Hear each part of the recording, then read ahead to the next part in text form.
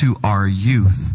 And we're talking about the image that God has created, that Imago Dei, looking at it from an aspect of indicators. Unfortunately, our youth, the marketing, the world system of marketing beats Christian men 100 to 1. This is true.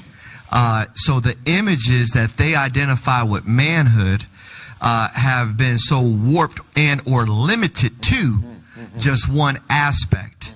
So looking at it from how do we find trust? You're absolutely correct. I went and visited a young man in a that was Baker Act, and the only reason why I was able to see him during COVID is because of clergy. And I said, "So you're here? Why are you here?" He says, "Well, I was threatening to kill myself." I said, "Why?"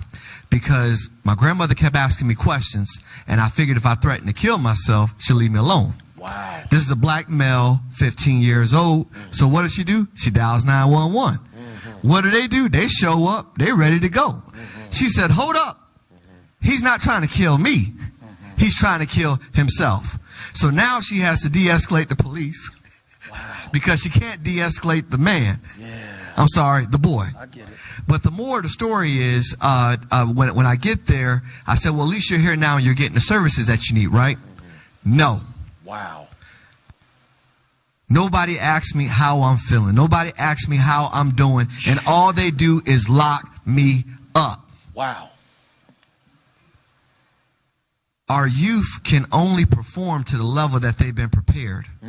And when it comes to our elders, unfortunately, and I'm not talking about Apostle Wayne, and I'm not talking about Bishop.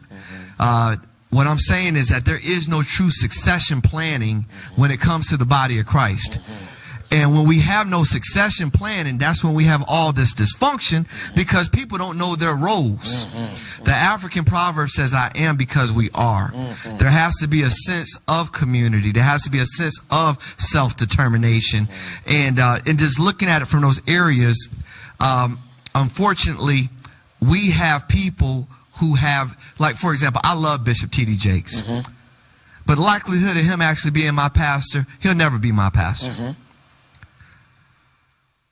But he'll be a great pastor that I love to get nuggets from.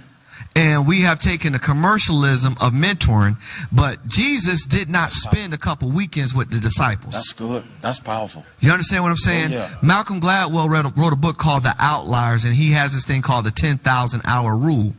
So basically, if Michael Jordan plays basketball for 10,000 hours, obviously he's going to be Michael Jordan. Wayne Gretzky practices hitting a hockey puck for 10,000 hours. He's going to be a great hockey player. And if the Beatles practice music for 10,000 hours, they're going to be a world famous band.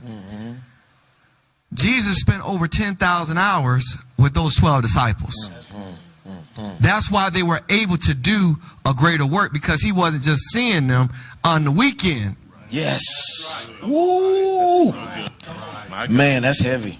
And like I said, to be honest with you, Pastor, I don't believe that we really have enough men who are willing to make that everyday commitment.